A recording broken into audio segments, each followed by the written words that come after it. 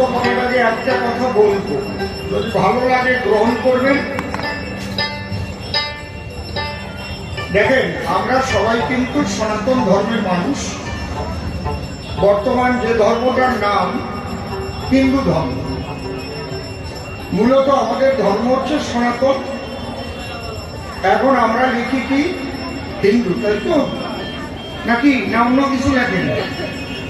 কেউ মতুয়া ধর্ম লেখেন নাকি খাতা কলমে? কথা কর না কেন? কেউ বৈষ্ণব ধর্ম লেখেন? হিন্দু ধর্ম। আমাদের হিন্দু ধর্ম, সনাতন ধর্ম বিশ্বের মধ্যে শ্রেষ্ঠত্ব কেন পেয়েছে? যার যার ধর্ম সে মনে মনে ভাবে আমারটাই শ্রেষ্ঠ, কিন্তু আমার বাবা তো আমার কাছে ভালো, এটা তো ঠিক। এই জন্য চৈতন্য চরিতামৃতে লেখা আছে, যার যার ভাব তার কাছে উত্তম, কিন্তু তথস্থ হইয়া বিচারিলে আছে তার উপর। যখন বিচার মঞ্চে যাবে তখন বিচারকরা বিচার করবে। তাহলে আমি সনাতন ধর্মকে শ্রেষ্ঠ বলছি কেন? এই ধর্মের সাধনার স্বাধীনতা আছে। তুমি কৃষ্ণ ভক্ত হতে পারো, গৌর ভক্ত হতে পারো, রাম ভক্ত হতে পারো, কালী ভক্ত হতে পারো, হরিচাঁদের ভক্ত হতে পারো, কুমির পুজো করতে পারো, একলা পুজো করতে পারো, তোমাকে বাধা দেবে না। দেবে? তুমি মাটি দিয়ে মূর্তি করতে পারো, কাঠ দিয়ে করতে পারো, কষ্টি পাথর দিয়ে করতে পারো, রাজস্থানের থেকে মূর্তি করে আনতে পারো, কেউ বলবে না, বাধা দেবে না। আবার তুমি নিরাকারবাদীও হতে পারো। আমাদের মধ্যে নিরাকারবাদীও আছে। খুব ভালো করে কথাগুলো শুনুন। যারা নিরাকারবাদী তারাও লেখে হিন্দু ধর্ম, যারা সাকারবাদী তারাও লেখে হিন্দু ধর্ম। আমাদের শক্তি কিন্তু কম নাই। আমাদের ভক্তি আছে, শক্তি আছে, প্রেম আছে, প্রীতি আছে, কিন্তু আমাদের মধ্যে ঐক্যবদ্ধতা নাই। কেন নাই আমি বলে দিচ্ছি। আমার জীবনের অ্যানালাইসিস, 51 বছর আমি গানের জার্নি নিয়ে আসছি। 18টা রাজ্যে ঘুরেছি ভারতের বাইরে বেশ কয়েকটা রাষ্ট্রে গেছি। আমার জীবনের অ্যানালাইসিসে আমি যেটা বুঝেছি সেটা বলে যাই। এর একমাত্র কারণ হচ্ছে আমাদের ধর্মগুরু যারা, তারা এরাই হচ্ছে আমাদের ভাগ ভাগ করে ফেলেছে। মতুয়া ধর্মগুরু তার শিষ্যদের শিখাবে, এই বৈষ্ণবরা যাওয়া না, আমরা হচ্ছে মতুয়া। বৈষ্ণবরা শিখাবে, আরে ওরা মতুয়া, আমাদের তুলসী পালা, ওকে আসার মানব না, তোরা আলাদা। বুঝতে পারছো ব্যাপারটা? কালীর প্রসাদ খাওয়া না। আমি মিথ্যা বলতেছি না সত্যি বলতেছি? কথা কয়ে এইভাবে ভাগ ভাগ করে ফেলেছে। আমাকে সত্যি কিন্তু প্রচুর।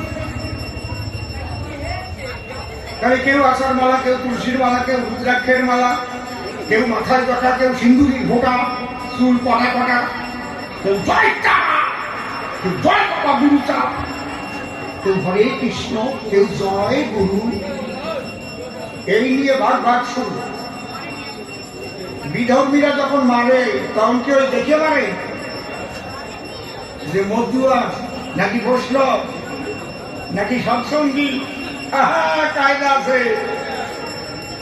যখন ঘর পড়ায় দেখে পড়ায়, যখন খুন হয় দেখে খুন হয়, হিন্দু বলতেই খুন।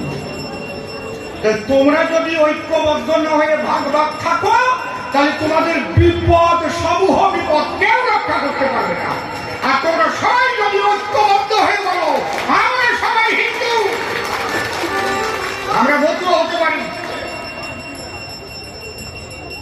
আমরা কৃষ্ণ ভক্ত হতে পারি, রাম ভক্ত হতে পারি, কিন্তু আমরা সবাই এক কথায় বলো হিন্দু। বলো আমরা সবাই হিন্দু, আমরা সবাই হিন্দু। এইটুকু যদি মনে রাখতে পারো তাহলে কাজ হবে।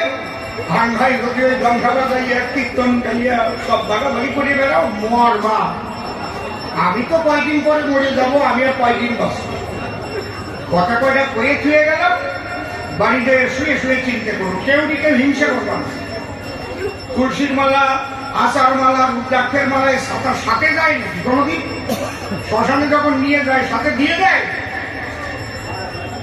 তুমি সাধু হতে পারো, টাই বেঁধে সুটকট পরে হতে পারো, কোনো পোশাক পরা লাগে না। সাধু হতে কয়টা বাক্য খালি রক্ষা করতে হবে।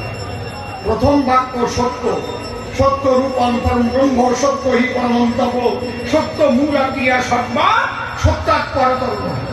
দ্বিতীয় বাক্য ব্রহ্মচর্য, বুঝতে পারছেন? ন তপ তপৈত্যাহু ব্রহ্মচর্য তপোত্তমম উদ্ধরেকা ভবেজ্জস্তু সদেব নত মানুষ। একটা মানুষ দেবতায় পরিপূর্ণ হয়ে যায়, দিব্য জ্যোতি পায়। কালো মানুষের মধ্যে আলোর জ্যোতি ব্রহ্মচর্য থেকে ফোটে। এই ব্রহ্মচর্য দুই প্রকার, একটা সন্ন্যাসীর ব্রহ্মচর্য, একটা গার্হস্থের ব্রহ্মচর্য। গার্হস্থ ধর্ম করে যারা সৃষ্টিকে রক্ষা করে ব্রহ্মচারী হয় তারা, যেটা বাবা হরিচরণ ঠাকুর বলে গেছে, যেটা নিত্যানন্দ বাপ দেখাচ্ছে। বুঝতে পারছেন কি বলছি? যেটা আর্য ঋষিরা আমাদের ছিল, যারা 100-200 সন্তান জন্মায়ও তারা ব্রহ্মচারী ছিল। সেই আদি সূক্ষ্ম সনাতনের কথাই বলে গেছিলেন বাবা হরিচরণ ঠাকুর। উনি নূতন কিছু করেন নাই, নূতন পাওয়া যায় না। যদা যদা হি ধর্মস্য গ্লানির্ভবতি ভারত অভ্যুত্থানম ধর্মস্য তদাত্মানম শিরম্মহম পরিত্রাণায় ও সাধুনাং বিনাশায় চ নিষ্ঠিতাং ধর্ম সংস্থাপনার্থায় সম্ভবামি যুগে যুগে। বুঝেছেন কি বলছি? এই সূক্ষ্ম জিনিসটা বুঝলে তাহলে আর কোনো গন্ডগোল থাকে না।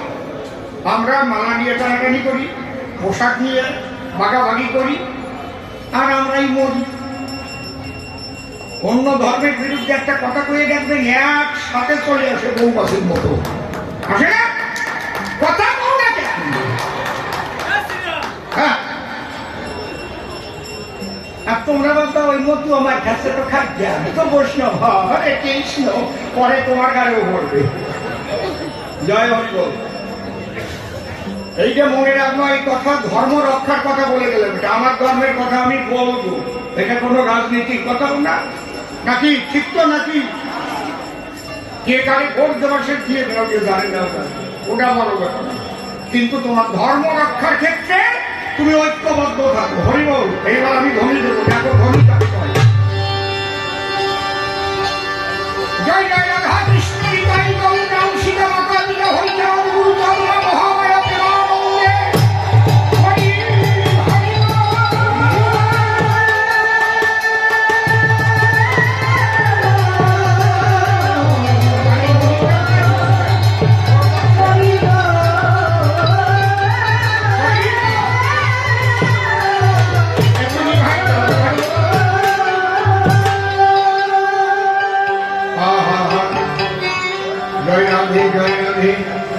একটু লাইট দাও।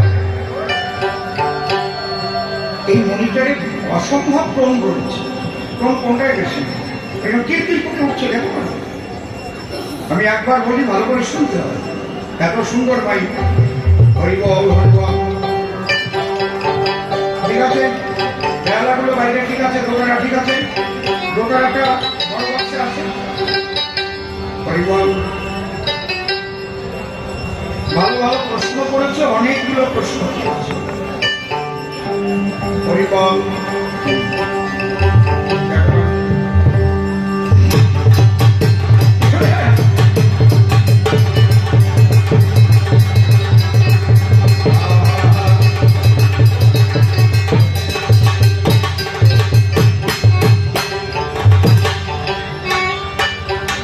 আমি তোমার কাছে যখন থাকি,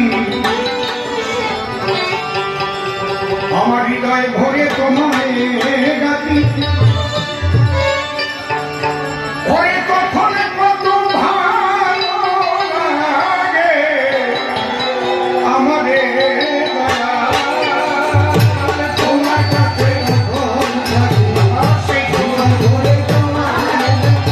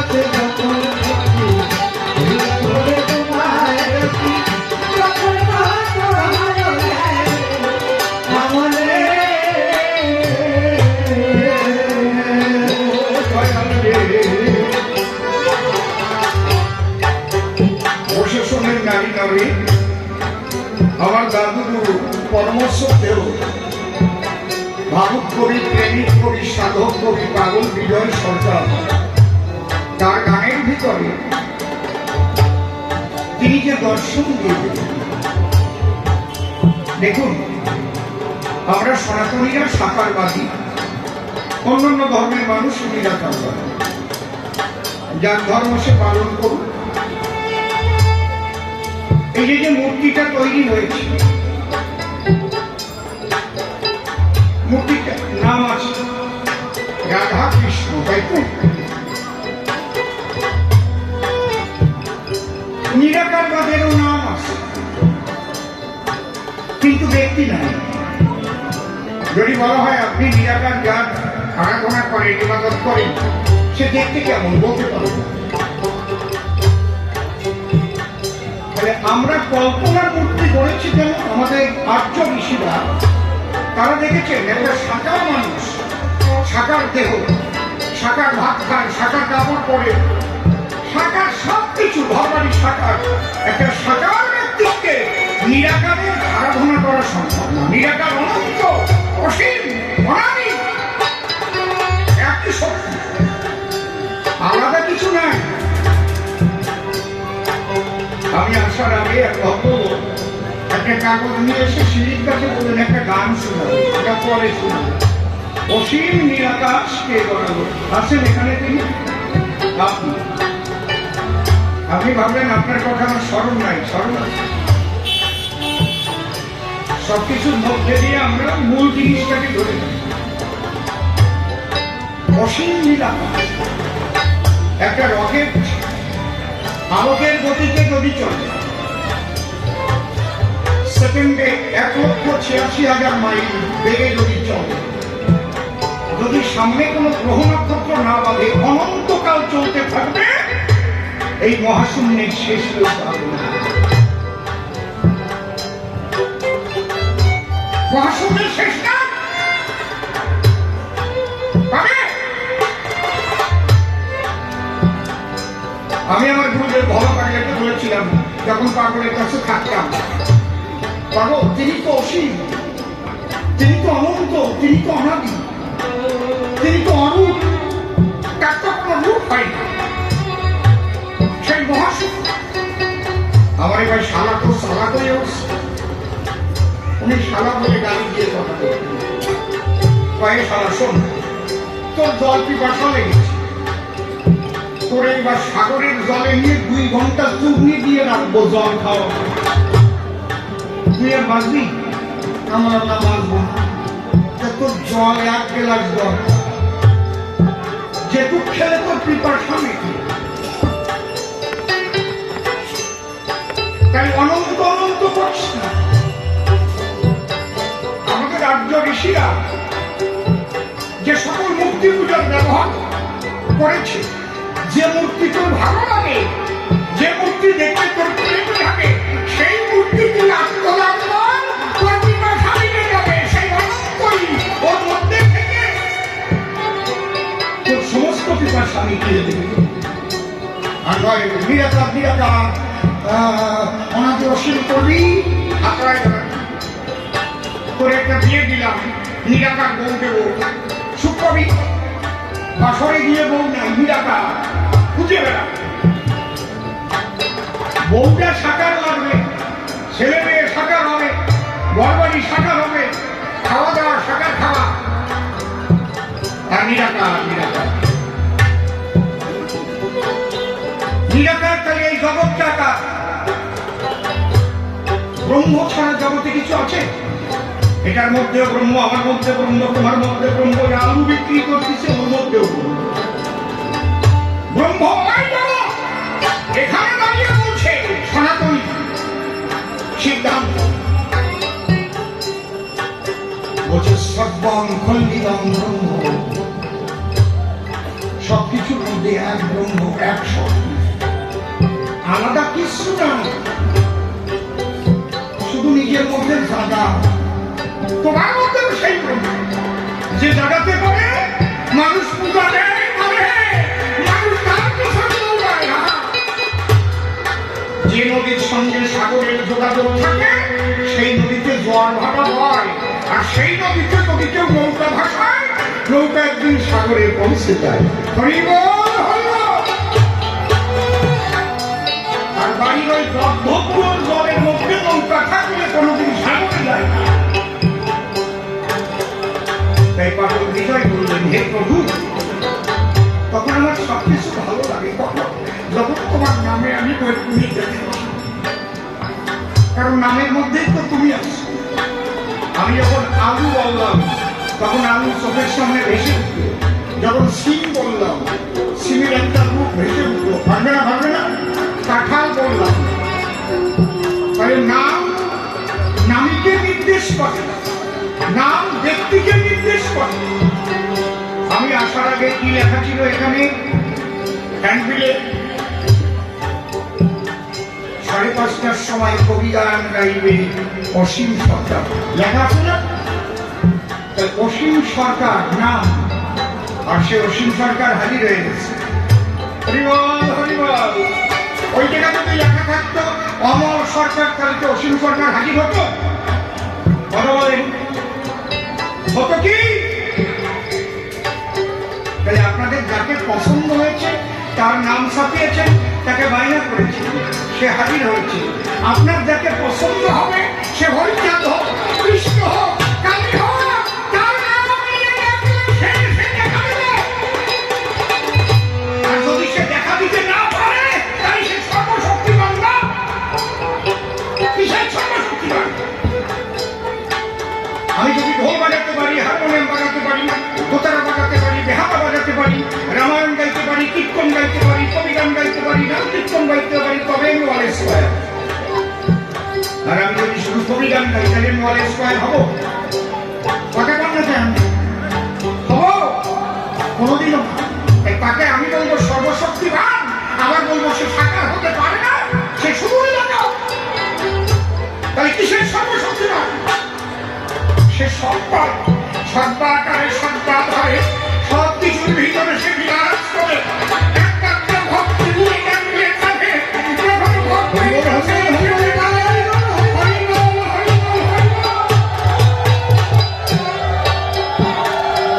তোমার কাছে যখন তোমার রাখি তখন কত ভালো লাগে আমাদের।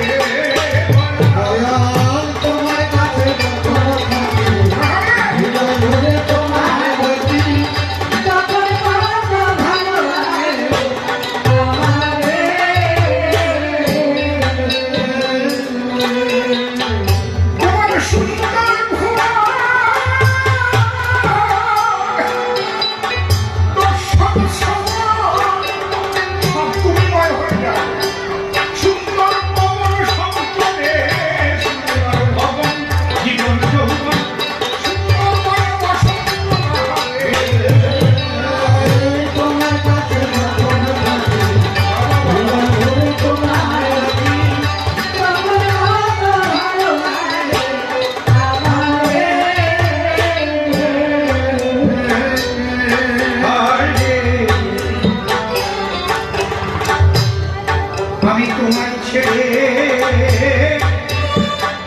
যখন দূরে যাই, আমার কাছে আমার সাথে আমি বড় লজ্জা পাই।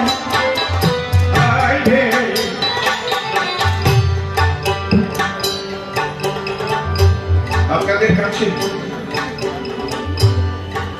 বলবার আমার ভাষা,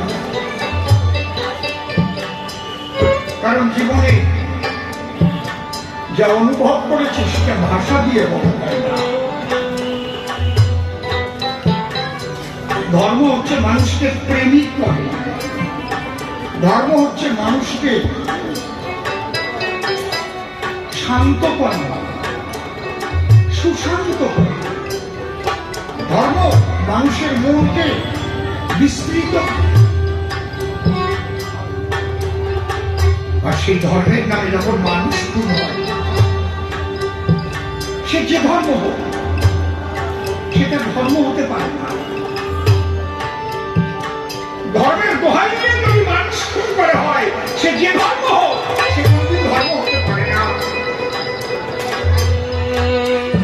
ধর্মের দ্বারাই মানুষকে প্রেম দিয়ে কাছে টেনে নেন।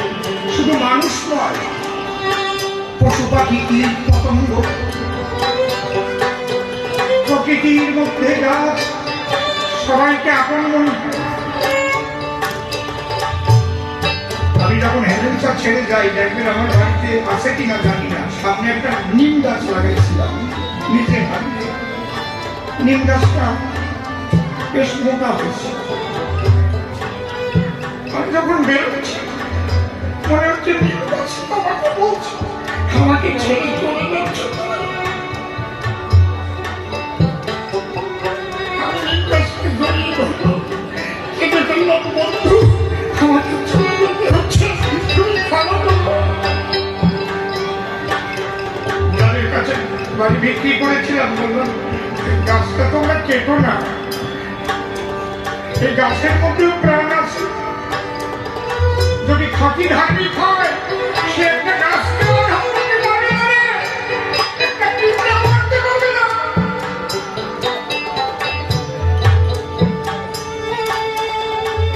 এই জায়গায় দাঁড়িয়ে আমার ধর্মের মহাপুরুষরা কি বলেছেন? শুনোরে মানুষ ভাই, বোঝরে মানুষ ভাই, সবার উপর মানুষ সত্য, তাহার উপর আর এক ধাপ এগিয়ে গিয়ে স্বামী বিবেকানন্দ কি বললেন?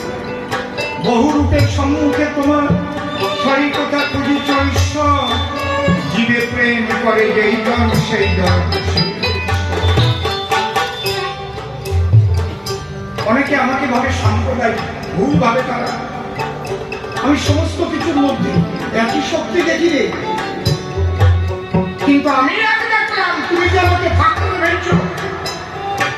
তোমার অত্যাচারে যে উপায় বাংলা থেকে 14 পুরুষের ভিটে বাড়ি ত্যাগ করে মানুষগুলোকে সর্বহারা হয়ে আসতে হলো। কেন?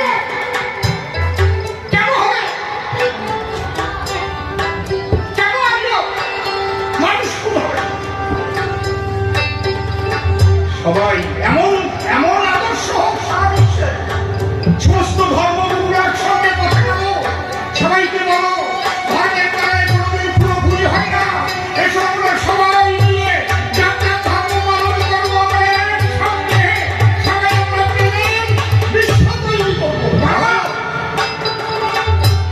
অসাম্প্রদায়িক তোমরা।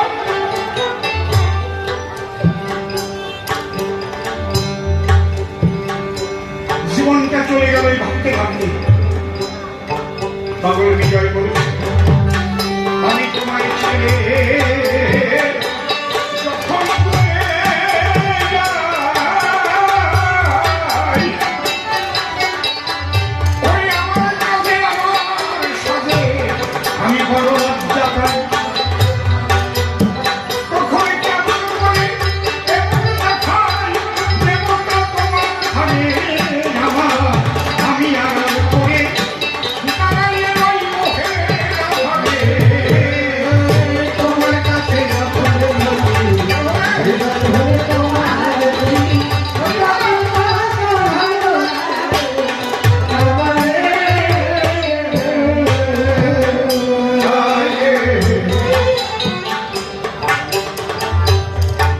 তুমি প্রভু ওরে কান্নাই হও না, জমির কুম্ভীর কুম্ভে তার বাঘে কানে দা।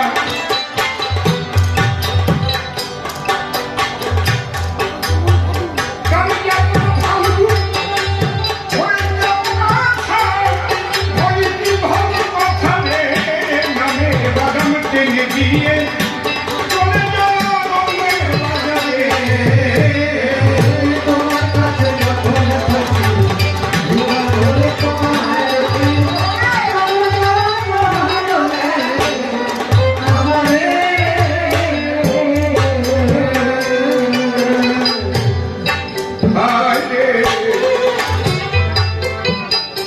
পাগলের বিজয় ফলে হে পরাণ প্রিয়, আমি ভুল পথে চলে যাই, আমার ফিরাইয়ে নিও। মানুষ ভুল পথে যায় কেন জানেন? যখন আমি ধর্ম বলবো, ধর্মের তিনটে পা আছে। প্রত্যেকটা ধর্মে থাকতেই হবে। এই স্থানটা দাঁড়ানো আছে, কয়খানা পা আছে? কয়খানা পা? এই পা না থাকলে স্থানটা দাঁড়াতে পারবে এখানে? সাপোর্ট। যখন ধর্ম শব্দ উচ্চারণ করবো, পাশে তিনটে জিনিস এসে দাঁড়াবে। একটা হচ্ছে ধর্মীয় সাহিত্য, একটা ধর্মীয় সংস্কৃতি, আর একটা ধর্মীয় দর্শন।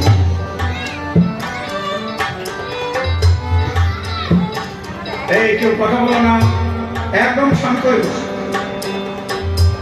ধর্মীয় সাহিত্য মানে যখনই কোনো ধর্মের কথা বলবো, তার গ্রন্থ থাকবে, ধর্মগ্রন্থ। প্রত্যেকটা ধর্মীয় সম্প্রদায়ের আছে। আচ্ছা কিনা বলুন? এই কে কথা বলে? বাচ্চাটাকে আর ঠান্ডা রাখুন। আছে কিনা দেখেন, আপনারা বিবেচনা করেন।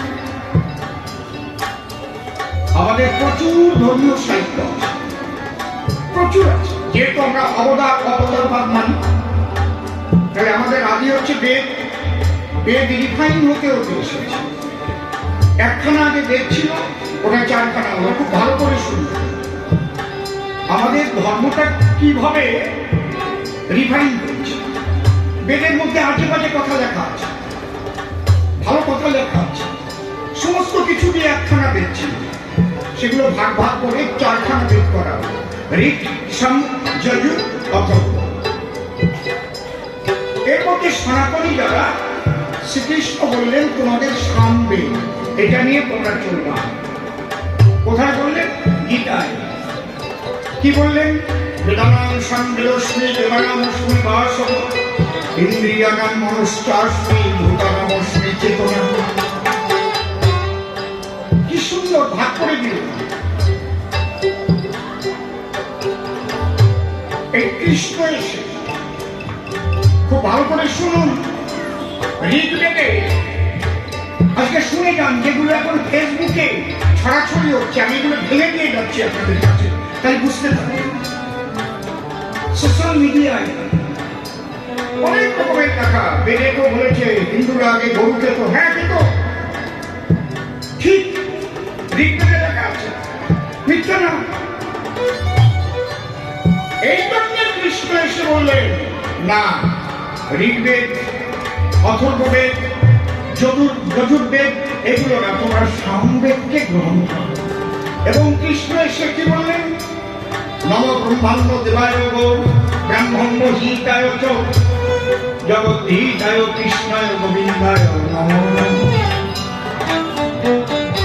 তিনি বললেন এই গরুকে তোমরা পূজা করবে। এই গরু এই তোমাদের কত উপকারে আসে। তোমরা গরুর উপর অত্যাচার করবে না। এই জন্য এই শ্লোকটা সৃষ্টি হচ্ছে। সনাতন ধর্ম শ্রেষ্ঠ কেন? রিফাইন হতে হতে এসেছে। বেদকে আবার রিফাইন করে ব্রাহ্মণ হল, ব্রাহ্মণকে রিফাইন হবে করে পুরাণ হল, সমস্ত রিফাইন করে উপনিষদ হল, উপনিষদকে আবার রিফাইন করে গীতা হল। হরিবল হরিবল। ছোট্ট হয়ে গেল।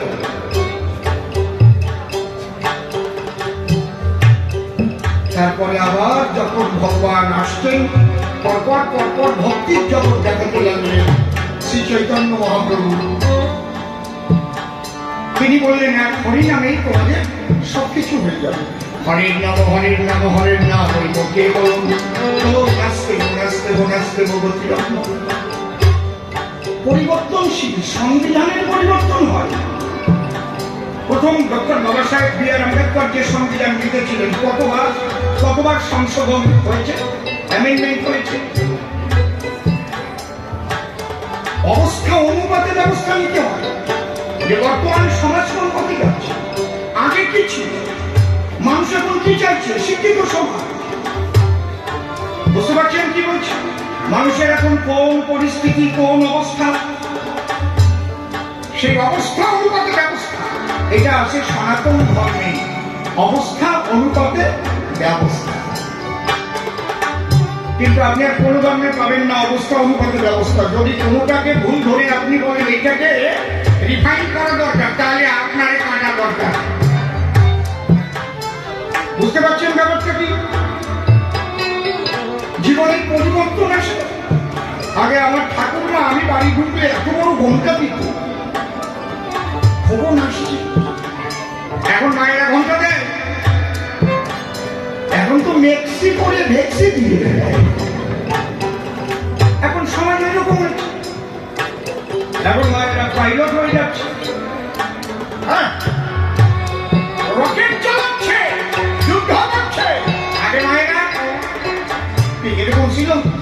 তাহলে আগেকার দিনে যেটা হয়েছে তার পরিবর্তন যদি না হয়, তাহলে সমাজে গ্রহণযোগ্য হয়, তার দ্বারা সমাজ সংস্কার হয়।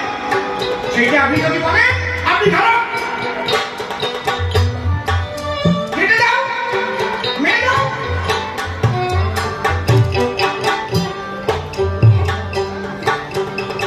পাগল বিজয় বলে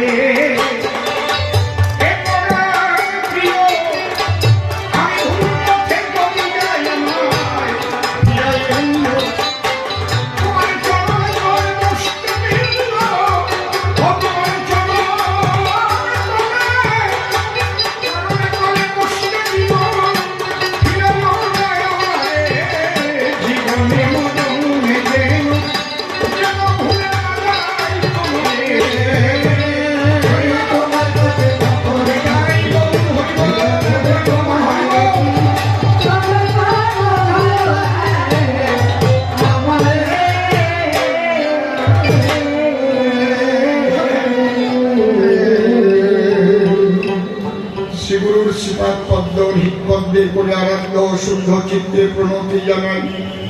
সাধুগুরু বৈষ্ণব হেরি আমি যত পুরুষ নামে আমার ভক্তিপূর্ণ প্রণাম গ্রহণ করিবেন সবাই। মানুষকে প্রণাম দিলে সে প্রণাম ঈশ্বরে মিলে সর্বশাস্ত্রে তাহার প্রমাণ পায়। কবি চণ্ডীদাস যিনি উচ্চকণ্ঠে বলেছেন তিনি সবার উপর মানুষ, সত্য তাহার উপর না। ঠাকুর বাবা কাঁদে আসি বাজাইলেন মিলনবাসী, বললেন সবার পাশাপাশি। আমি মানুষ ভালোবাসি, আমি মানুষ ভালোবাসি, কোন তীর্থের নাই প্রয়োজন গয়া গঙ্গা কাশি, আমি মানুষ ভালোবাসি। সেই মানুষের চরণ লক্ষ্য করে প্রণাম করি বারে বারে। মানুষের যদি কৃপা করে, কৃপা করবে কৃষ্ণ এবং বলে গাই রূপসী। বন্দনা ভাব করে শেষ বক্তব্য করিব পেশ, সবার মধ্যেই জানাই নিবেদন। এখানকার যে কবিগান অনেক দিনের অনুষ্ঠান, কয়েকবারই সভাস্থান আমি দিয়েছি দর্শন। এবারও আপনাদের প্রাণের টানে যোগ দিয়েছি কবিগানে। নির্মল অসীম দুইজনে প্রশ্নের পর্ব আপনারা করেছেন শ্রবণ। নির্মল সরকার যিনি নাম ধরিয়া নারদ মুনি, আমাকে করেছে কৃষ্ণ চিন্তামণি সবারই সদন। এইবার স্বনাম বাদ দিয়া কৃষ্ণের ভূমিকা নিয়ে নারদের প্রশ্নের মীমাংসা দিতে আমার আছে আকিঞ্চন। তবে কৃষ্ণের ভূমিকায় যাওয়ার আগে যে কথা আমার মনে জাগে, আমি মনের অনুরাগে আগে বন্দনা করি রাধা গোবিন্দে দাতুল চরণ। হে কৃষ্ণ কমলাক্ষী, তোমাকে দেখার মতো আমায় দেও নাই আখি, দূর থেকে তোমায় ডাকি ধরে নয়ন। তুমি আমার পরম প্রিয় প্রভু, আমার কথা নিও, দয়া করে গ্রহণ করিও আমার হৃদয় আসন। আমি তার উপরে দিলাম ভার, তারে করলাম কর্মধার, কাব্য সিন্ধু হব পার, অন্তরের একান্ত অকিঞ্চন। এইবার অসীম নামটি দিয়ে ছাড়ি, নাম ধরলাম কৃষ্ণ গিরিধারী। নারদ গেছে যে প্রশ্ন করি, তার জবাব দেবার কারণ। প্রথম প্রশ্ন করেছে গান, তুমি সর্বশক্তিমান ভগবান, তুমি আবার কেন করলে যজ্ঞের আয়োজন? আমার কাছে বলো দেখি, এই যজ্ঞের দরকারটা কি, আর যজ্ঞের নামটাই বা কি? আর যজ্ঞের মধ্যে দেখি কিছু অদ্ভুত উপকরণ। হে কৃষ্ণ নন্দলালা, যজ্ঞ করছো, রাখছো দাড়ি বালা, বলে নাই সবাই, বলছে কিনা? তার মধ্যে কোনো বাটকারা করো নাই রক্ষ, যে তোমার কোন বাপ দ্বারা পদ্ম ফুল কি বাটকারা? এটা তুমি ডাকলে কি কারণ? তোমার উপর আছে কেবা, তুমি তার জবাব দেবা। তোমার উপর তো নাহি কোনো জন, তুমি সর্বশক্তিমান, আমার আরাধ্য দেবতা ভগবান, তো তুমি তার স্বীকার করতে এই যজ্ঞের অর্থ করিবে অর্পণ। ভালো ভালো প্রশ্ন করেছে, অনেকগুলো করেছে। বেশি প্রশ্ন করা ভালো না, পায়খানা হওয়া ভালো, বেশি হলে ডায়রিয়া হয়, ঠিক না? তারপর ডেকে বলে, তাই তোমার কাছে শুনতে চাই, আমি নারদীয় গোসাই যজ্ঞের দ্বারে পরিদর্শন। হে কৃষ্ণ শ্যামচাঁদে, দেখি তোমার মা ওখানে পড়িয়ে কাঁদে, আর তোমার দাড়ি হাতে বেত্র ধরি তার পৃষ্ঠে 3টি প্রহার করলো কি কারণ? বলেছ তো নাকি? বাবা ঠিক আছে তো? যা কই মা কইছে হ্যাঁ বলছি। তাই ঐশ্বর্য বড় না মাধুর্য বড়, তার একটা মীমাংসা করো। কারণ রাধারানী ধুলার পরে হয়েছে পতন, আর তুমি রুক্মিণীকে সঙ্গে করে বসে আছো স্বর্ণ খাতের উপরে। তাই এটাই বা দেখি কি কারণ? রাধা যদি মাধুর্য হয়, মাধুর্য কেন ধুলায় গড়ায়? তাই ঐশ্বর্য মাধুর্য দুইয়ের মধ্যে বড় কৃষ্ণ নীলপদ্মে মূলত কোনটা শ্রেষ্ঠ হয়? এই তো লাস্ট প্রশ্ন নাকি আরো আছে? ঠিক আছে তো? তারপর একটা গল্প দিয়েছে, সুসি আর বিসি। আমি তো হাসতে হাসতে মরে গেছি। তার বউয়ের নাম নাকি সুচিত্রা, সে পুরো নাম ধরে ডাকে না বলে বউ তাকে ভালোবাসে শ্বাস সটাতে। সে বাড়ি গেলে মুঠে দেয় বোতাম খুলি, ঠান্ডার সময় গরম জলে গরম ধরিয়ে দেয়, আবার ভাত ভালো করে মেখে তোলাইয়ে দেয় মুখে। কেন? সত্য করে বউকে ডাকে, কি বলে? সুচি কোথায় তুমি গো? ওই কথা শোনার পরে তার নাকি কোন বন্ধু, সেও ভাবলো অন্তরে আমার বউ মোটে ভালোবাসে না আমারে, আমি আজকে বাড়ি যাব, আমি বউয়ের নাম ছোট করে ডাকবো। ওর বউয়ের নাম নাকি আবার বিচিত্রা। ও নাকি বাড়ি যায় ডাকতেছে, ও বিসি। ওর বউ কয়, আয় তোর এসেছি, আমি তোর বিসি, তোরেই ভাববি। আমি হাঁটতে হাঁটতে মরিয়ে দিচ্ছি। আমার কাছে বলুন দেখি, নিজের বউকে তো বিসি করে ডাকেন নাকি? এটা কিন্তু আসলে ডাকের দোষ নয়, এটা বুদ্ধির দোষে ও মার্জিত খায়। কারণ ওই বন্ধু ওকে কি শিখাইয়ে দিল? যে ছোট করে ডাকা ভালো, তাই তো? ওইকে বিসি না করে ছোট করা যায় না? কি যায় কিনা কম? বিচিত্রা, আমি বিবাদ দিলাম, চিত্রা কোথায় তুমি? ওগো কি এই জায়গায় চিত্রা নামে আবার কেউ আছে নাকি? থাকি দেশে মনে মনে বাড়ি সুখী, আমার নাম পায়। ঠিক, যদি তার বুদ্ধি থাকতো বিবাদ দিয়ে চিত্রা বলে ডাক দিয়ে স্ত্রীর ভালোবাসাটা পেতে পারত। তাহলে এই অল্প একটু ভুলের তরে কিল দুটো খাই কম, আর সোনার সংসার যায় সাড়ে হারে। শুধু একটু শব্দ ভাষা ব্যবহারের দায়। দেখেন, এই গল্পের থেকে একটা শিক্ষার বিষয়, শুনলে পরে কবি যান বাড়ে কিন্তু অনেক জ্ঞান। তাহলে আমাদের সংসারে এত গন্ডগোল বাঁধে কেন? অনেক সময় আমরা ভাষা শব্দ ব্যবহারটা ঠিক মতো করি না বলে এক একজনের অন্তরটা চলে।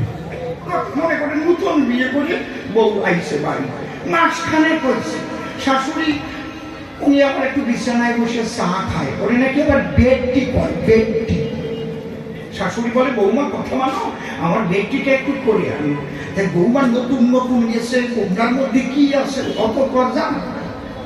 চিনির কচুয়া, লবণের কচুয়া এক জায়গায় আছে, তা চিনি না দিয়ে 2 চামচ লবণ দিয়ে চা করে নিয়ে আসে।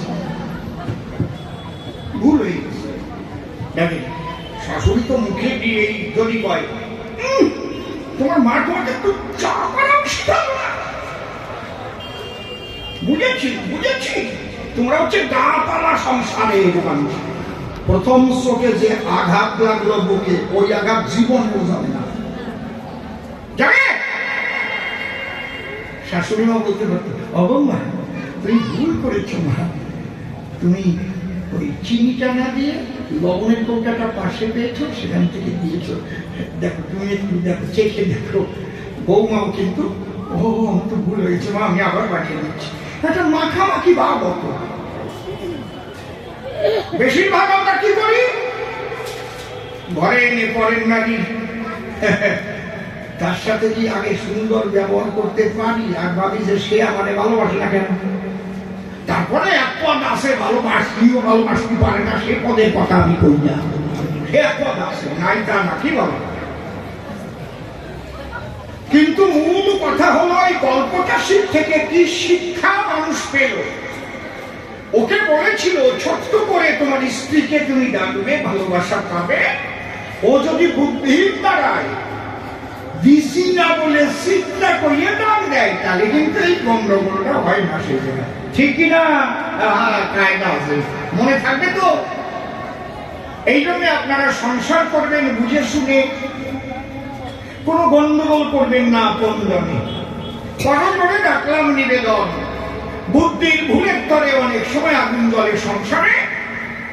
এই কবিগান শোনার পরে শব্দ এবং বাক্য হুঁশিয়ারে একটু ব্যবহার করবেন সর্বজন।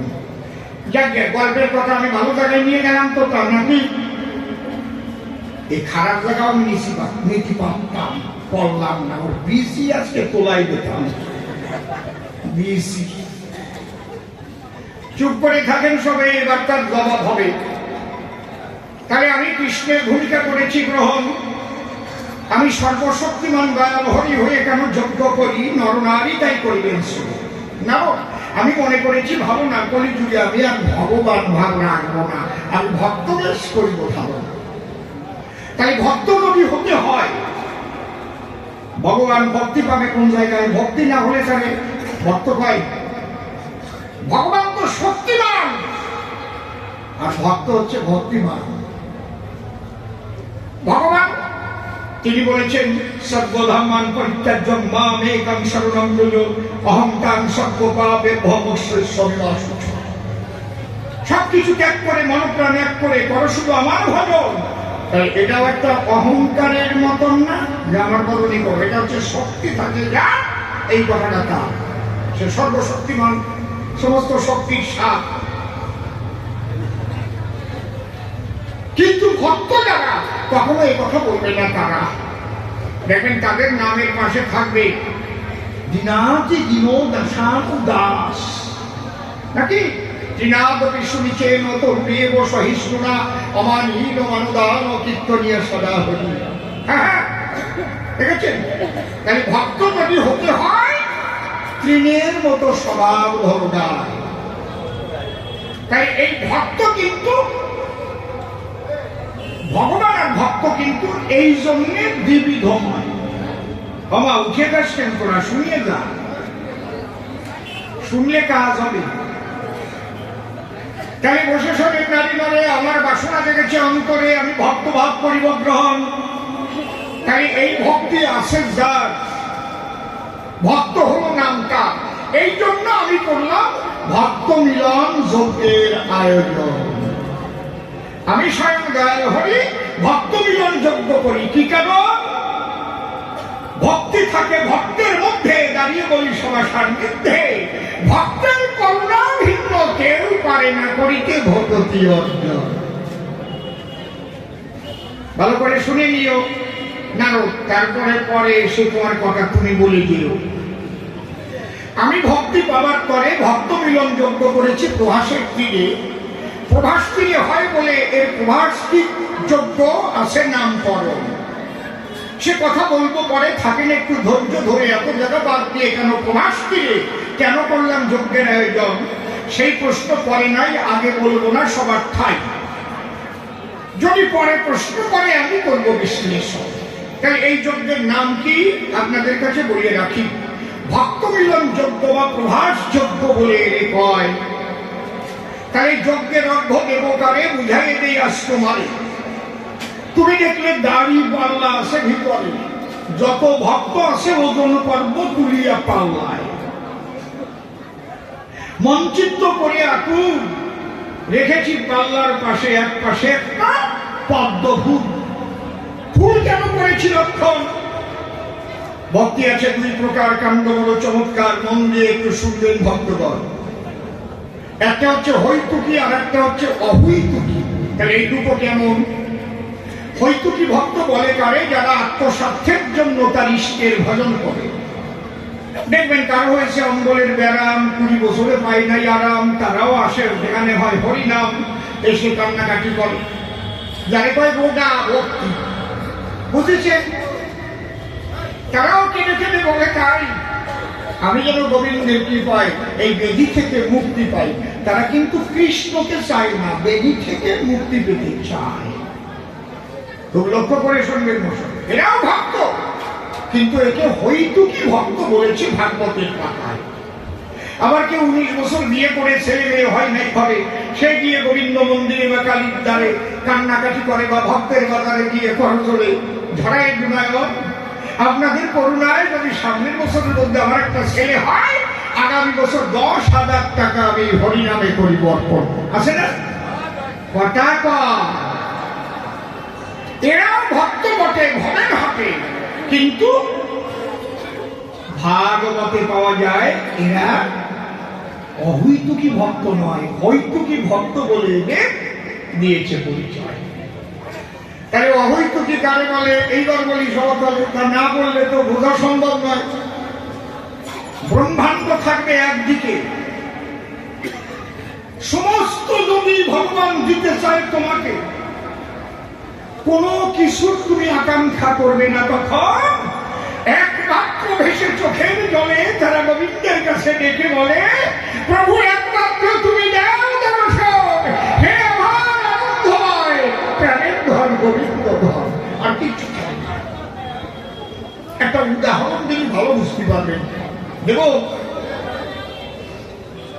গুরুভানু নামে এক ব্রাহ্মণ ছিল, অত্যন্ত দরিদ্র, সে জমি রাখা ভালো। তার এক পুত্র, একই কন্যা, স্ত্রী আছে ঘরে। ব্রাহ্মণ দিবানিশি হরিনাম করে, দাঁড়ে দাঁড়ে ভিক্ষা করে সংসার চালায়। পূজা পার্বণ করতে ডাকলে সেখানেও যায়।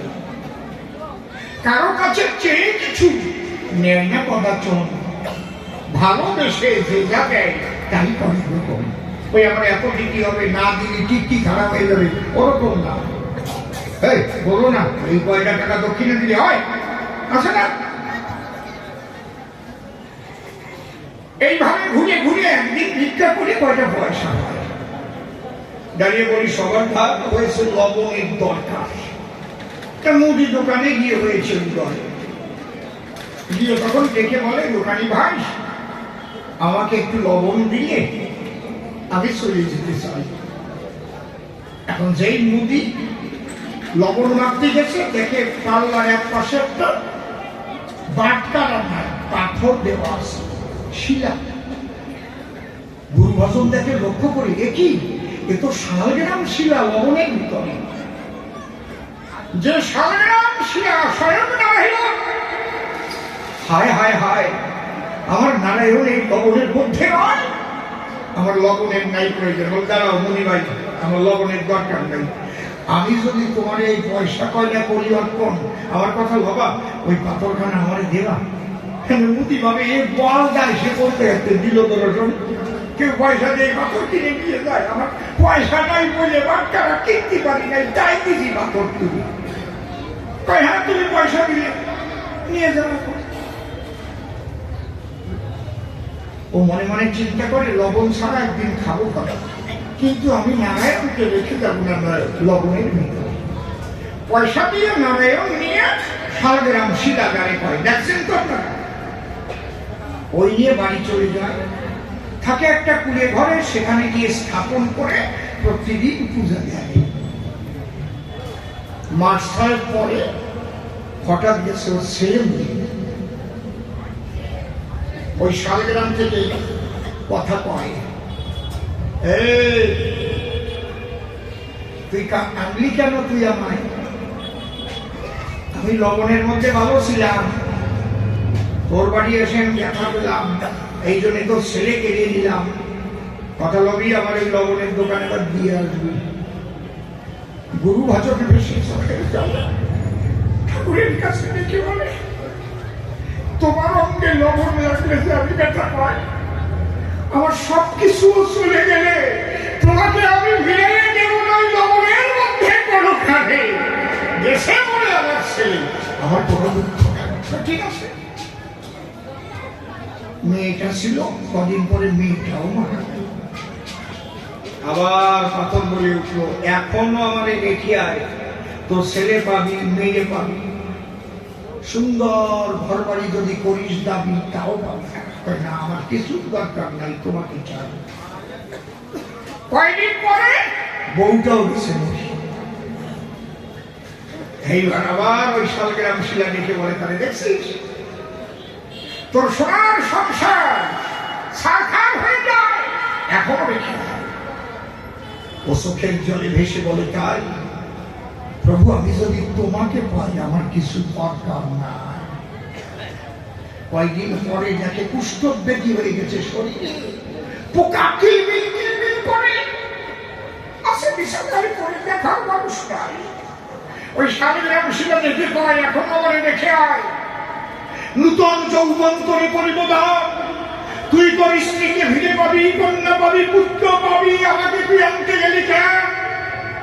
ওই থেকে তখন আমার মনের সব যায়, চোখের জলে ভেসে কয়, প্রভু আমার দেহের কোনো নাই প্রয়োজন, একমাত্র তোমাকে পাওয়ার তরে সদা আমার চোখের জল ধরে, আমি চাই শুধু তোমারে, আর কিছু নাই প্রয়োজন। এই কথা যেই কহিল, অমনি মূর্তি ধরে নারায়ণ দাঁড়াইল। তার পুত্র, তার কন্যা, তার স্ত্রীও সঙ্গে ছিল। বলেই না, তুমি তো আমার ভক্ত সুজা, যে করে আমার আশ আমি করি তার সর্বনাশ, তবু ছাড়িয়া না ছাড়ে আস, তারপর হই তার শ্রীচরণে দাস। অশ্বিনী গোসাই দিয়ে বলেছিল না, দাস আমি তাই দেব, কয় না? সবাই যেদিন অশ্বিনীকে ধরে নিয়ে গেছিল গুরু সাথের দ্বারে, থালা নাই বলে, গলার পাতায় খাবার দেয়, তুমি একটু কৃপা করতে পারবে না? তোরা কোষ আজকে যা চাবে তাই সবাই কয়, দাদা চাইয়ে নাও, চাইয়ে নাও দাদা।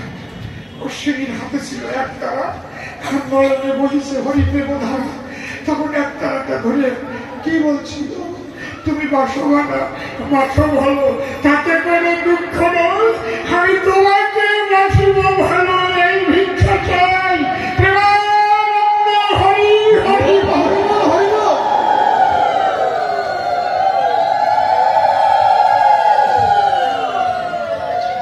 এই ভক্তি থাকলে ভিতরে প্রকৃত ভক্তি বলে তারে, অহৈত কি ভক্তি বলে ভাগবতের ভিতরে করেছে নিরূপণ। নারদ আমার মনে আছে, ভাবো ওই ফুলের সঙ্গে ওজন দিয়ে যাচাই করে নেব, ফুলের সঙ্গে ওজনে সমান হবে সেই জন, অহৈত কি ভক্ত যেজন হবে ফুলের সমান ওজনে মিলে যাবে, আমি কৃষ্ণ শ্রীমাদ হবে, তার শ্রীপাদ পদ্মে অর্ধ করিব অর্পণ। আর তার ভাবকান্তি বিলাস নিয়া আমি যাব গৌর হইয়া, প্রেমানন্দে হরিনাম করিব বিতরণ, আমি কৃষ্ণ নন্দ ছাড়ি হয়ে আমি গৌর হই, ধুলাই দিয়ে হরিনাম করিব পরিবার করে আমি করিব বব, আমি ভক্ত হব। সেই ভক্ত হব বলে আসিয়া সুভাষের পুরে করেছি যজ্ঞের আয়োজন। তাই যজ্ঞের নাম কি? ভক্ত মিলন যজ্ঞ, প্রভার যজ্ঞ। করি কেন? আমি কৃষ্ণ সর্বশক্তিমান ভগবান, কিন্তু ভক্ত হতে আমার আছে আকিঞ্চন। যজ্ঞের অর্ঘ্য পাবে কেটা? শুনো তুমি, ব্রহ্মার বেটা। প্রকৃত অহৈত কি ভক্ত হবে যেই জন, অন্তরে আছে ভাবো, তার স্মরণে অর্ঘ্য দেব, প্রত্যেককে পালায় তুলে করিব ওজন, ফুলের সঙ্গে সমান হলে আমি কৃষ্ণ নন্দলালে তখন অর্ঘ্য তুলে তার শ্রীপাদ পদ্মে দিয়ে তার ভাব কান্তি বিলাস আমি করিব গ্রহণ। পরিষ্কার জবাব বোঝা গেল কি নাকি? কমা না কিছু এর সাথে ভালো আমি বলতে পারবো না, বোঝে তো বুঝুক, না বোঝে মুখ বুঝুক। তারপরে প্রশ্ন করেছে গান, তুমি দেখো সমাধান, তোমার মাকে দাবি মারে কেন? নারদে একটা কথা কর, মনে ব্যথা পেয়ে যদি চন্ডালিনীর সাথে এড়াতে পারে না তাদের বিধাতার বাপে। আমার মায়ের এই জন্মের নাম যশোমতী, সত্যযুগের নাম ছিল দেবাহুতি। মুনি ঋষিরা ব্রহ্মযজ্ঞের করেছিল আয়োজন, নৈমিষারণ্যে ব্রহ্মযজ্ঞ করার জন্য যখন উপনীত হল ঋষিগণ, ওরা মনে মনে ভাবে তাই সবাই তো আমরা পুরুষ মানুষের মধ্যে একজন নারীকে চাই, কিন্তু আগেই বলা আছে ঘোষণা, ব্রহ্মজ্ঞানহীন বা হীনা হলে কিন্তু ওখানে প্রবেশ অধিকার পাবে না। যে নারী ওখানে আসবে তার ব্রহ্মজ্ঞানীটা হতে হবে, যে পুরুষ ওখানে আসবে ব্রহ্মজ্ঞানী হতে হবে। বোঝা গেল? পুরুষের মধ্যে অনেক ব্রহ্মজ্ঞানী নয়। ব্রহ্মজ্ঞানী মহিষী মহিলা কোথায় পাওয়া যায়? সব ঋষিরা আছে বসি, ওর মধ্যে দাঁড়ালো উত্তঙ্ক ঋষি, করজোড়ে নিবেদন করে সবার পায়, ডাক দিয়ে বলে তাদের সাক্ষাতে আমার জানা মতে ব্রহ্মজ্ঞ মহিষী মহিলার একজনের দিতে পারি পরিচয়। কে? বলছে কপিল জননী দেবান, কপিল মুনির মা। বসে শোনেন নারীগণ, এই পৃথিবী সৃষ্টি হওয়ার পরে মা আর ছেলের ভিতরে আলোচনা করে আজ পর্যন্ত একটা গ্রন্থ তৈরি হয় নাই, ব্রহ্মতত্ত্ব আলোচনা করে। আজকে শুধু ওই কপিল আর তার মা এই ব্রহ্মতত্ত্ব আলোচনা করে একখানা গ্রন্থ সৃষ্টি হয়েছে সনাতন ধর্মের ভিতরে। তার নাম কি আপনারা কেউ বলতে পারেন? আমরা এই জায়গাটা হচ্ছে কাঁচা, আমরা আমাদের ধর্ম শাস্ত্র সম্পর্কে আমরা ওয়াকে বহু না।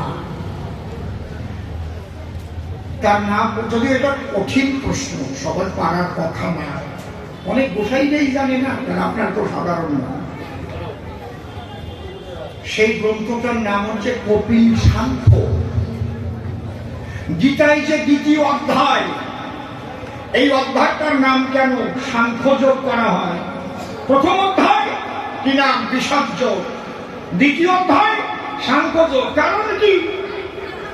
বসে শোনেন জ্ঞানীগুলি, ওই যে কপিল সাংখ্য যে গ্রন্থখানি, তার মধ্যে আত্মা, পরমাত্মা, ব্রহ্মতত্ত্ব সবই আগেই লেখা হয়। এই যে আত্মা ব্রহ্মতত্ত্ব নিয়ে যে অর্জুনকে জ্ঞান দেওয়া হলো, এই জন্য ওটার নাম সাংখ্যযোগ রাখা হয়েছিল। বুঝতে পারছেন কি বলছি? প্রত্যেকটার সঙ্গে প্রত্যেকটা লিঙ্ক আছে, লিঙ্ক না থাকলে কাজ হবে না। লিঙ্ক পর্যন্ত এসআইআর এর সময় তো বুঝেই ফেলতেছেন, লিঙ্ক বুঝতে পারতেছেন? যোগ যোগ যোগাযোগ থাকতে হয়, না তো ম্যাপিং হবে না। হঠাৎ করে যদি আসে বলো তার ম্যাপে মেলবে, তাহলে কায়দা আছে, লিঙ্ক থাকতে হয় না। কি বলবো আপনাদের ধারণা, ওই লিঙ্ক অনুসারে গীতার দ্বিতীয় অধ্যায়ের নাম সাংখ্যযোগ রাখা হয়। মুনি ঋষি একত্তরে তখন চলল ওই দেবাহুতির ধারে গিয়ে করজোড়ে নিবেদন জানায়, মা কি বলেছে উত্তঙ্ক মুনি, তুমি নাকি ব্রহ্মজ্ঞানী, তা আমরা ব্রহ্মযজ্ঞের করেছি আয়োজন, বাবু তুমি কথা বলবে, তুমি একটু যজ্ঞভূমিতে যাবে, এটা সাজিয়ে পরে পরিষ্কার করার দায়িত্বভার তোমার উপর করলাম। বাহ, ভালো কথা। পরিবারের উনি কার্য যখন মনে করেছে ধার্য, অধর্য আমি হব কি কারণ, তখন সান্মার্জনা নিয়ে হাতে মানে যাটা চন্দ্রমুনি ঋষির সাথে যজ্ঞভূমিতে দিল দর্শন। তাহলে আগে পরিষ্কার করার দরকার তো, এই যে এখানে ময়লা আবর্জনা পড়ে আছে, পূজা পার্বণ হবে, পরিষ্কার তো সাজাতে হবে, এগুলো তো মায়েরাই করে। যখন ওই সাজাসাজি করতে গেল পরিষ্কার আগে করতেছিল, স্বয়ং শিব পরে মনে চিন্তা করলো, দেখি নারী কেমন ব্রহ্মজ্ঞানী, একটু পরীক্ষার আছে প্রয়োজন। অমনি শিব সুলোপানি কেমন সে ব্রহ্মজ্ঞানী পরীক্ষা করবার দায় পাগলা দিগম্বরে নিজ মূর্তি ছেড়ে কুকুরের মূর্তি ধরে যজ্ঞ বেদির এক পাশে গিয়ে চুপ করে শোয়।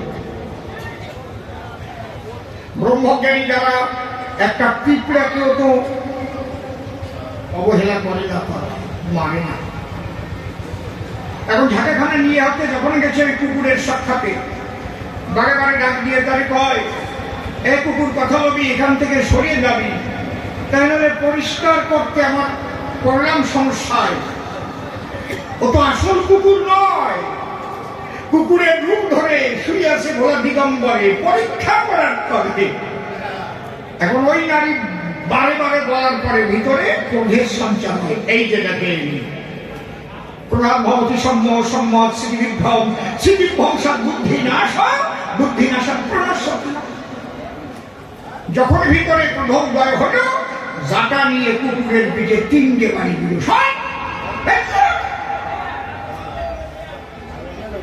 যখন দিল ঝাঁটার বাড়ি, কুকুরের মূরতি ছাড়ি অমনি শিব ত্রিপুরারি আপন মূরতি করিয়া গ্রহণ। ডাক দিয়ে বলে রমণীর কাছে, মানো তোমার নাকি ব্রহ্ম জ্ঞান হয়েছে, তাহলে কুকুরের মধ্যেও তো একই ব্রহ্ম আছে, গায়ে ঝাঁটার বাড়ি মারিয়ে কি কেন? আমারে কোলে করে তো সরাই দিতি ব্যক্তি, আদর করিয়ে। হ্যাঁ, কায়দা আছে। যত বড় চাকরি পেতে যায় তার বড় বড় পরীক্ষা দিতে হয়। আর যদি একটু চা করা নিয়ে ওই যে কি পাই, ডি গ্রুপ না সি গ্রুপ, সি ডি, তার তলের তা, ওতে কি বড় পরীক্ষা দেওয়া না? তুমি ব্রহ্মজ্ঞানী হবা, পরীক্ষাটাও সেরকম পাবা। ডাক দিয়ে বলে শিব দেবাহুতির কাছে, মা তোর ঝাঁটার বাড়ি খেয়ে মনে বেদনা জেগেছে, মনে পেলাম মনস্তাপ করে করে অভিশাপ। তোর অনেক ভালো ভালো কাজও আছে, তোর ভালো কাজের ফলে যদিও ভগবান হবে তোর কোলের ছেলে, সেই ভগবান যেদিন যজ্ঞের করবে আয়োজন, অন্তর দিয়ে দেখ ভাবি, যজ্ঞের দ্বারে যখন যাবি তখন যজ্ঞের দাড়ি নেত্র ধরি তোর পিঠে 3টি প্রহার করিবে। এই জাটার বাড়ি ওই ব্যাতের বাড়িতে কাটাকাটি হবে। কি মাঝে মাঝে কি দু একটা গল্প পাবো? হ্যাঁ পাবো না, দরজ কত নয়তো মনে মনে ভাববেন তাই অসুবিধার আগের মতো রস নাই। করছি ভাবছো নাকি ঘুরিয়ে দিচ্ছি, শোনেন যেভাবে জবাব দিচ্ছি আমি একটু বাকি রাখতেছি। ও তোমরা বাকি রাখতেছি, ফুটিয়ে ফুটিয়ে দিচ্ছি। এর সাইতে ভালো পাবো না। একজনের বাড়ি টাউনে, বিয়ে করছে টাউনে। টাউন আর টাউন বোঝো তো, যেমন অ্যালেন্স এখন টাউন হয়ে গেছে, এটা টাউনের মতো হয়ে গেছে না, ভোর করে একবারে সবকিছু।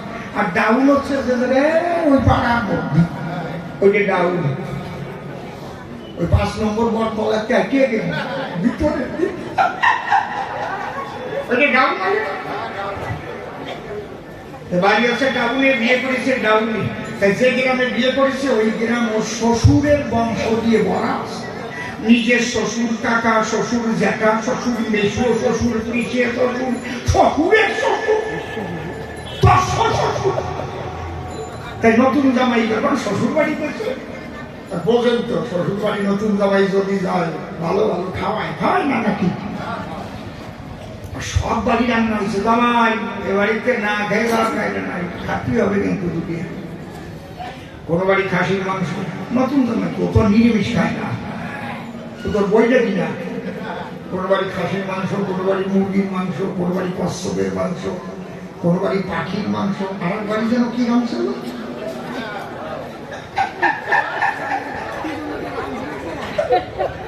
আর একটা যেন কি মাংস রাখছিল মনে করতেছে না। হ্যাঁ পাখির মাংস ও জানে। সব কিছু খাইছে, অসুবিধাটা হতো না যদি কালার টাইপের না খাত, কারণ কলার ডাল তো তেল থেকে সব কয় গাড়ি নিয়ে তেল কালাই নিচের দিক নামিয়ে গেছে। আমার না এসব বলে ভালো লাগে, লজ্জা করে কেমন আবার একটু চাকরি করে, এখন ওই অফিসে যাবে বলে মিনি বাসে চলে, অফিস টাইমে তো ভিড়ে, আর ভিতরে আমরা শিয়ালটা করতেছি, ওজন খাওয়া খাইছে না, আদা পচা হইয়া বদ বন্ধ হয়েছে, পুরো তো অজমাই। এখন যখন ওই দাঁড়িয়ে আছে আর মিনি বাস ব্রেক করছে, আর ওর পেট যাইয়ে আরেকজনের পিঠি চাপ লেগে এটা যেন কি কর একেবারে পাই পা, কেন একটা ভালো নাকি বলতে পারে বাইক অল্প, হ্যাঁ সহজে পাই পা অল্প মেশিয়ে ব্যাপার।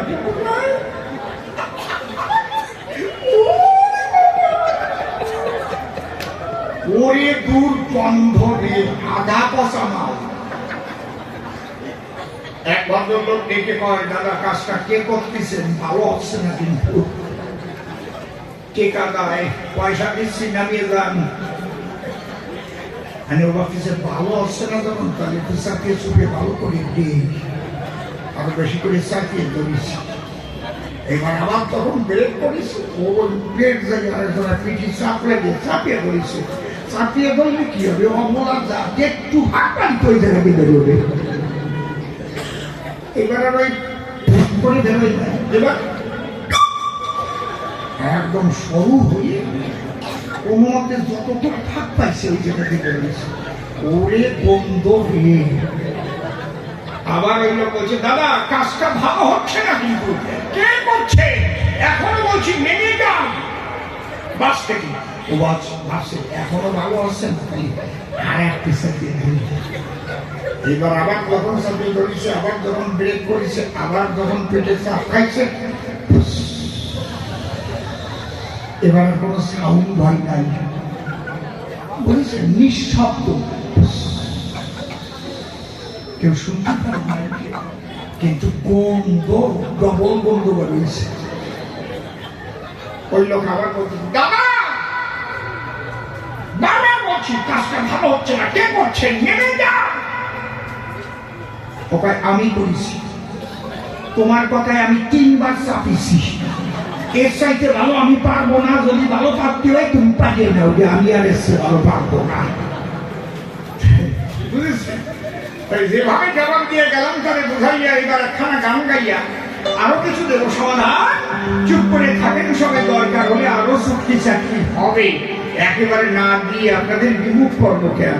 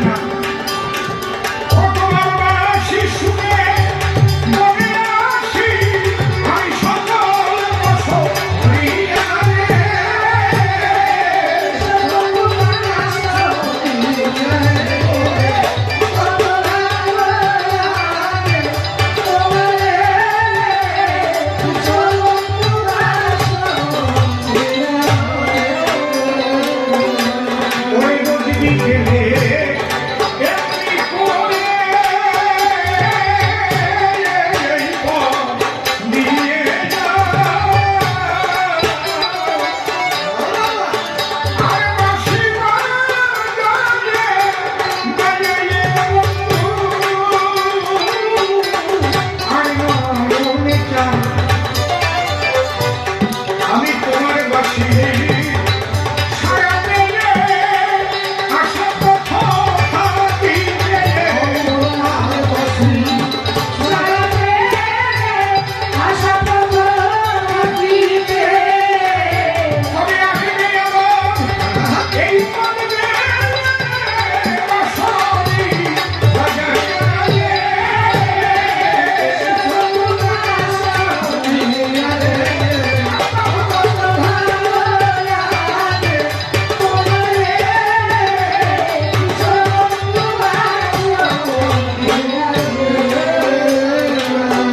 ওরে জীবনে দেখি নাই তোমায় কবু যেন স্মৃতি। ওরে অচেনা কি এত এত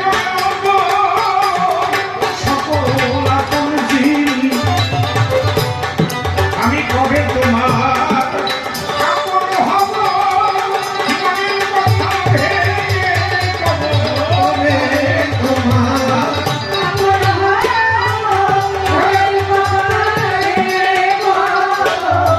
ওঠে আমারই তোমায় দেব সহজে দাঁড়িয়ে।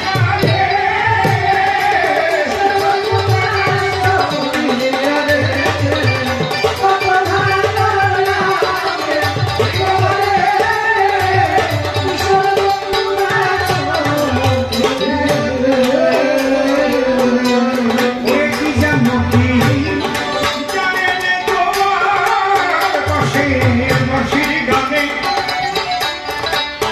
এত ভালো লাগে কেন বুঝি না তার মনে। নাদ ভাসে গানের ভাষায় কেন বলে গানের ভাষায়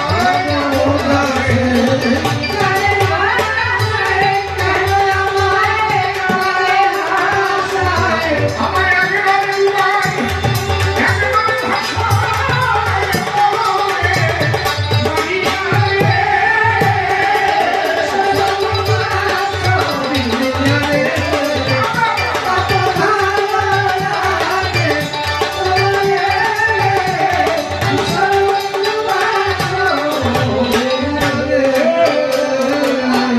ওরে চকিত চরমে মানুষ এসে বাড়ির ধারে আঘাত দিয়ে ফিরে ফিরে যায় সে মনে গোপন ভাবে। পাগল বিজয় বলে এমনি করে কত সে গেল সরে।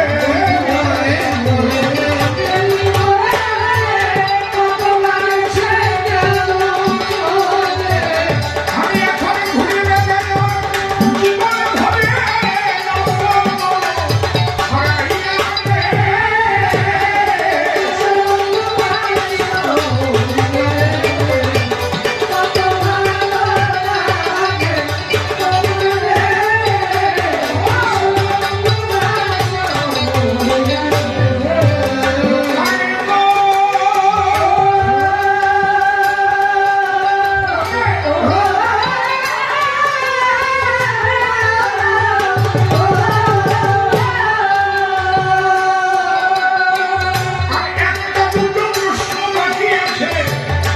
জবাব দিতে চাই রুক্মিণী কার ঘাটের পরে ধুলার পরে কেন নাই।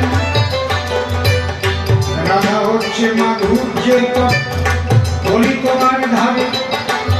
রুক্মিণী ঐশ্বর্যের নায়িকা তাইতে ঘাটের পথ।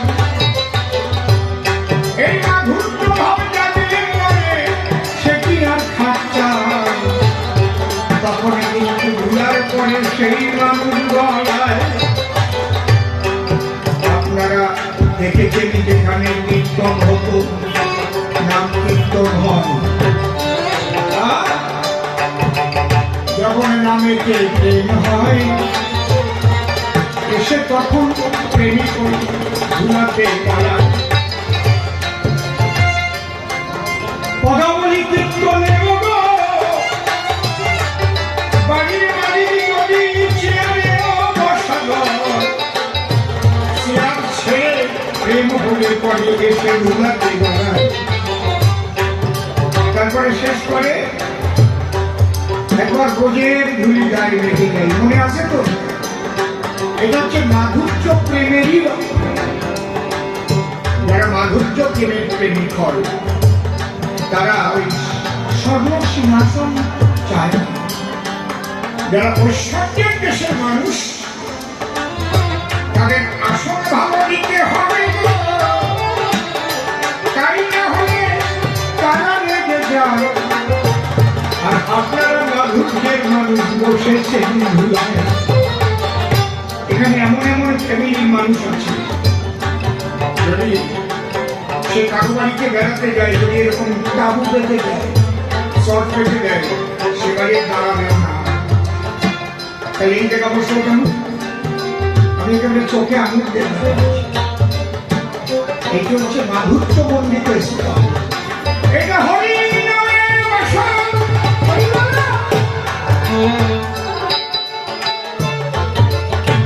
এটাকে বলে ভক্ত বৃন্দাবন। এমন মানুষ আছে তার সন্তানকে আমাকে বলেছে, বাবা তুমি ওইভাবে যে ঠান্ডায় বসে থাকতে পারবো না বাবা। সে বলছে, বাবা কতদিনই বা বাঁচবো, তাই একটু সাধু সন্ত করে আসি। চলিত যাই একবার ভক্ত সঙ্গ করে আসি। ভক্তের ধুলা গায়ে মিশিয়ে, এই যে ধুলা মাথার স্বভাবটাই হচ্ছে মাধুর্য প্রেমের স্বভাব। কিন্তু যারা ঐশ্বর্যের মানুষ তারা এসে কখনোই এই ধুলা পরে করবে না। এখানে এসপি আসুক, আইসি আসুক, এসে তাদের উপর বলবে না ওনাকে এমনি ভালো শেয়ারের ব্যবস্থা কি ঠিক কিনা? তাই মাধুর্য প্রেম শ্রেষ্ঠ হয়, চিরকাল অমর রয়। আর ঐশ্বর্যের আপাতত মান বিলাপ করে। ওই রূপটি এখন সোনার খাতে থাকে, নারদ মনে কর ভাবনা, পূজার আসনে কোনদিন ওই রূপটি বসতে পারে। যেদিন ভক্তরা পুজো দেবে, রুক্মিণীর নামে কোনো মন্দির হবে না, কৃষ্ণের পাশে রুক্মিণীর কোনো ইতিহাস হবে না। কে পাবে? মাধুর্য প্রেমের নায়িকা রাধারানী হল গোবিন্দের নিকটে পাওয়ার জায়গা পাবে, সঙ্গী জানে না। এই জন্য রাধা কৃষ্ণের মন্দির আছে বিশ্বময়। রুক্মিণী মন্দির কেউ পারে না, কহিলাম সবাই। ঐশ্বর্য মাধুর্যের মধ্যে শ্রেষ্ঠ কেউ না হয়, তাও কিন্তু গানের ছলে আমি নিলাম করি। দেখিলেন পরে এসে কোনো কথা বলে, আমার ঘরে আছে ভাবো, আমি কেন প্রথমবারে অত বেশি বলতে যাব? সে এসে রসা ভাসে আমার প্রশ্ন করবে না, প্রশ্নগুলো ধরে ধরে আমি দেখবো সমাধান। এর চাইতে আর বেশি কথা আমার বলে হয়, আমি কেন বেশি বলে কারে ব্যথা দিতে চাই। তবে একটা কথা ভালো বলেন, ওনার মা কি বৃন্দাবনে ওটা প্রশ্ন করে। ও বলছে আমার জাতি মানা করেছিল, আমি আগে দিয়েছি। এই কথা বলে না, আমাকে বলেছিল সোনার নামক এলাকা একটু বাড়বে, বড় বক্স দেয়াল স্যান স্যান করে বসতেছে, মানে শিশুও ডাকতেছে।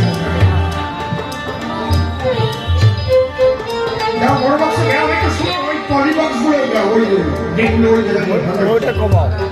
তাহলে মনিটাকে বন্ধ করতে হবে। আমি তোমার দেখাচ্ছি কি আছে। পারবে মনিটার বন্ধ করে তো আমি বুঝতে পারবো যে কি বাঁচতেছে। হ্যাঁ এটা ওস্তাদ মানুষ হয়, বন্ধ করে দিয়ে বুঝতে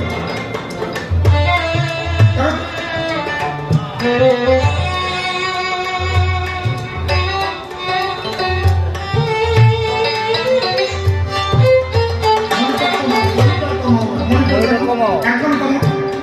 আমি ওই যে লোকেরা মনিটর বন্ধ করতে হবে, তাহলে বুঝতে পারবো কি করতেছে। দেখছো আছে কিছু কিছু আছে। তুমি বাইরের তো তুমি মালিক নেন, তুমি বোঝা না।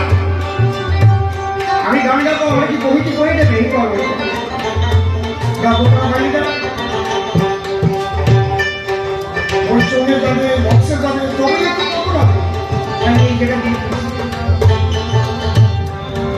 আমি বলি না কেন ডিস্টার্ব হয়, কতক্ষণ সহ্য করে কাটাবো। বাজা জয় রাধে। প্রত্যেকটা যন্ত্র বাজলে একটা আরাম আলাদা না।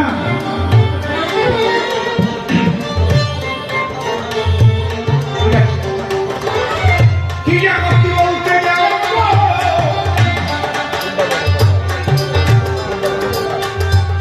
ও, উনি বলেছিলেন বলে বৃন্দাবনে নিমন্ত্রণ করলো না কি শিল্প। আপনি যদি আপনার বাড়িতে মনে করেন এটা দুর্গা পূজা করেন, আপনার গৌরী আপনি নিমন্ত্রণ দেবেন যে আমাদের বাড়ি দুর্গা পূজা হবে, উনি থাকবেন। এর মানে কি আপন জনের নিমন্ত্রণে কোনো প্রয়োজন নাই। আপন জন যাবেই যাবে স্বয়ং ওটা। যারা আপন জন, একদম আপন জন, অন্তরঙ্গ, এই জায়গা বাড়ি দিয়ে সবার নিমন্ত্রণ দিয়েছে কি কথা কন, বাড়ি দিছিল নিমন্ত্রণ। এরা ভগবানকে ভালোবাসে হরি নাম, এইটা তো নিমন্ত্রণ না দিয়ে তাহাদের পেলাম। তাই কৃষ্ণ জানে বৃন্দাবনে ওটা অন্ধ, তাই সময় নষ্ট করতে নারদ করেছে বারণ। কিন্তু নারদ ভাবছে তুমি গন্ডগোলটা বাঁধাবো। আমি আগে বৃন্দাবনীদের খবরটা দেবো যে সব জায়গায় নিমন্ত্রণ আছে, আমি তোমাদের নাই।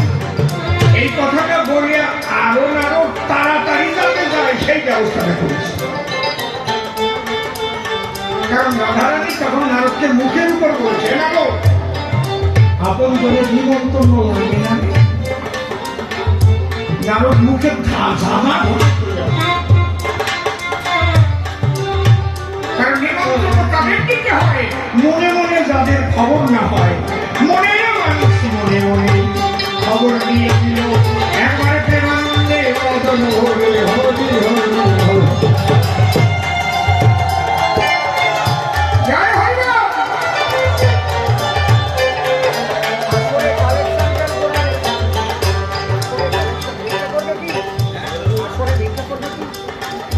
যাক তবে প্রথমবারে বলবো না এইবার ছেড়ে দিলাম প্রতিষ্ঠাটা ছিল যেন